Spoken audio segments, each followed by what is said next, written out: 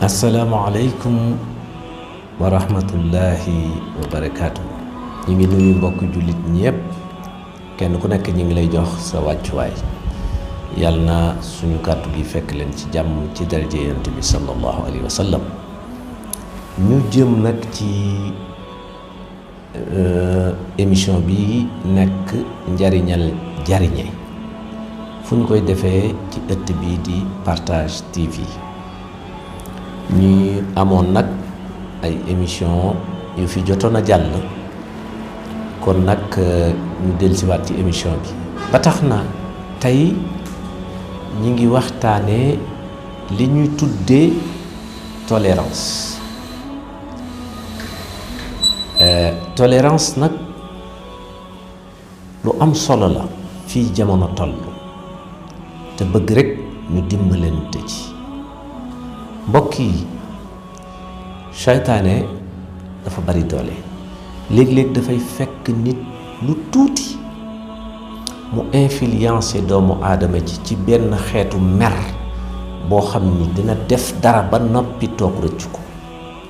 mbokk yi nga xool ni di nga dem ba mer ba yegg ci noonu koo xam ni du sa noon waaye sa mer moo la yóbbe foofu. di nga yegg foo xam ni da nga jël dara dóor ko nit ba muy nàcc te du la yëngal ngir sa mer. li la yóbbu ci étape bi ci mer googu soo toogoon muñ. Yonent bi nee na mer bu la fekkee nga taxaw Yonent bi nee na toogal bu la fekkee nga toog Yonent bi sallallahu alayhi wa sallam nee na tëddal. kon su fekkee ni jaam yëg na ci moom mer mu dem jàpp julli ñaari rakk wax borom bi ñaan ko yàlla giifal xolam. waaye booy xool léegi fi jamono toll boo nekkoon ci oto yi sax war nga yor sa oto ci ngay gën a xam lii ma wax walla nga dem ci marché yi da ngay gis koo xam ni lu tuuti mën na ko booleeg ay saaga walla wax ju ñaaw joo xam ni te lii lépp mer moo ko ko yóbbi.